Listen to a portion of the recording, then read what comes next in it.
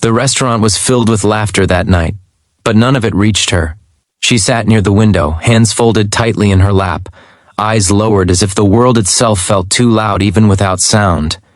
What she did not know was that, only a few tables away, a group of people were watching her with cruel anticipation, waiting for their joke to unfold. And what none of them expected was that one decision made by a man who had already lost too much would change every life in that room forever. If you believe in kindness, second chances, and the quiet strength of people the world underestimates, take a moment to like this video, share it with someone who needs hope, and subscribe to the channel. Your support helps stories like this reach hearts that need them most. Her name was Ariba, and shyness had wrapped itself around her long before silence ever did. Losing her hearing at a young age had not only taken away sound but had slowly taught her to make herself smaller, gentler, invisible. She learned to read lips, to smile politely, to nod even when she didn't fully understand. People often mistook her quiet nature for weakness, and too many times they spoke about her as if she were not there. That was the hardest part, not the silence, but the way it taught others to forget her humanity. She worked in the archives of a large corporate building, organizing files no one wanted to deal with. It was safe there, among papers and numbers, away from unnecessary attention. Most coworkers barely noticed her except for a small group who found amusement in her silence. To them, her difference was entertainment. When they discovered she had never been on a real date, their cruelty disguised itself as curiosity, then as a plan. They told her they wanted to help her feel included.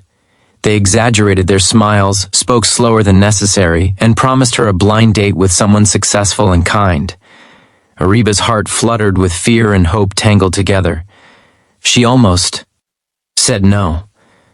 But a part of her, a small brave part she rarely listened to, wondered if maybe life could be gentler than she expected. So she agreed. The man they chose for the joke was not random. He was known throughout the company and beyond.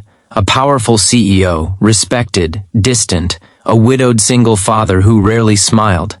His name was Zayan Malik, and his presence alone commanded silence in boardrooms. To them, the idea of pairing the untouchable executive with the shy deaf girl was hilarious. They imagined awkwardness, rejection, humiliation. They imagined her leaving early, cheeks burning, while they laughed about it later. What they did not know was that Zayan Malik understood silence better than any of them. Years earlier, silence had moved into his home after his wife passed away unexpectedly, leaving him alone with a 3-year-old son and a grief too heavy to explain. The house that once echoed with laughter became quiet in a way that hurt. His son stopped speaking for months after the loss, retreating into himself. Zayan learned then that silence could be loud, that pain did not always scream. Since that time, he had grown careful, observant, deeply aware of emotions others missed. When he arrived at the restaurant that night, he noticed Ariba immediately. Not because she was awkward, but because she looked like someone bracing herself against the world. He saw the way her shoulders tensed whenever laughter erupted nearby, the way her fingers twisted nervously. He also noticed the group watching from afar, their glances sharp with expectation. Instead of irritation, something else rose within him. Recognition. Ariba struggled through the beginning of the evening, trying to follow his lips, afraid of misunderstanding. Her hands trembled slightly when she reached for her glass.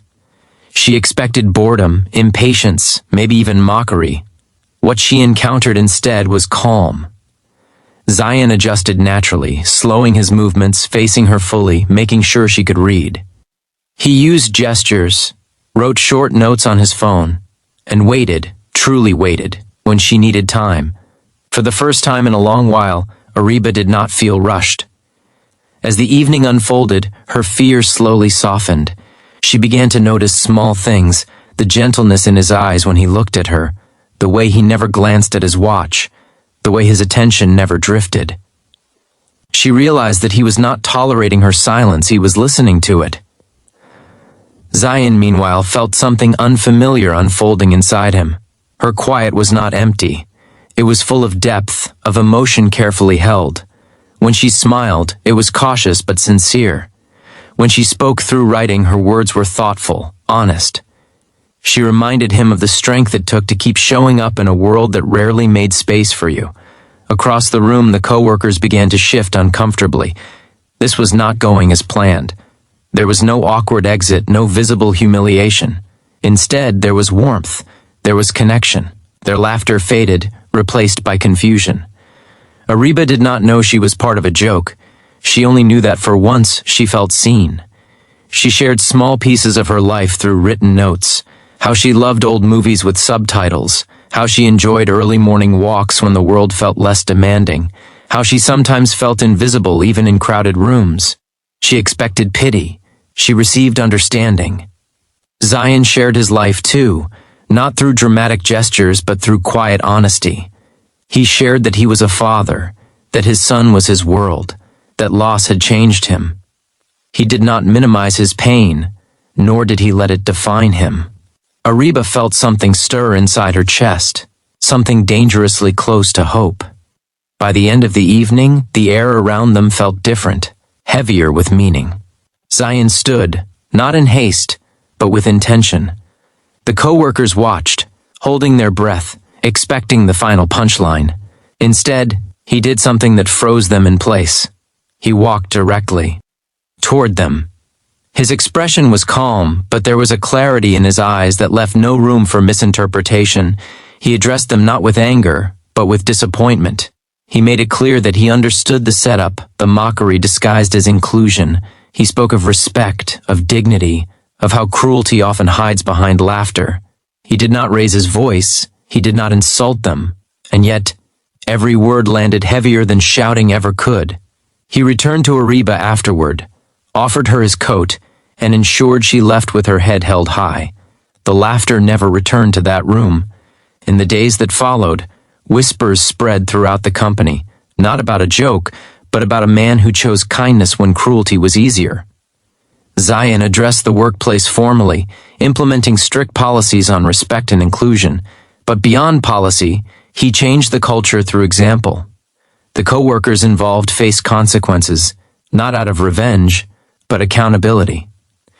Ariba expected life to return to normal, to quiet routines and invisible days. Instead, Zion stayed in her life, slowly, carefully, without pressure. They met again and again, sometimes in silence, sometimes with notes and smiles, sometimes simply sitting beside each other, understanding that connection did not always need sound. She met his son, a gentle boy with thoughtful eyes who communicated more through expressions than words. With him, she felt no fear of misunderstanding. Children, she realized, often understood better than adults. Over time, Ariba changed, not dramatically, but deeply. She stood a little taller. She smiled more freely. She no longer apologized for needing patience. She began to believe that her silence was not a flaw, but a language of its own. Zion, too, found healing in unexpected ways. Loving someone who understood quiet taught him to slow down, to feel without rushing. He realized that strength was not dominance, but gentleness. Not power, but presence. The people who once laughed learned something as well. They learned that underestimating others reveals more about oneself than the target ever could. Some apologized sincerely. Some stayed silent.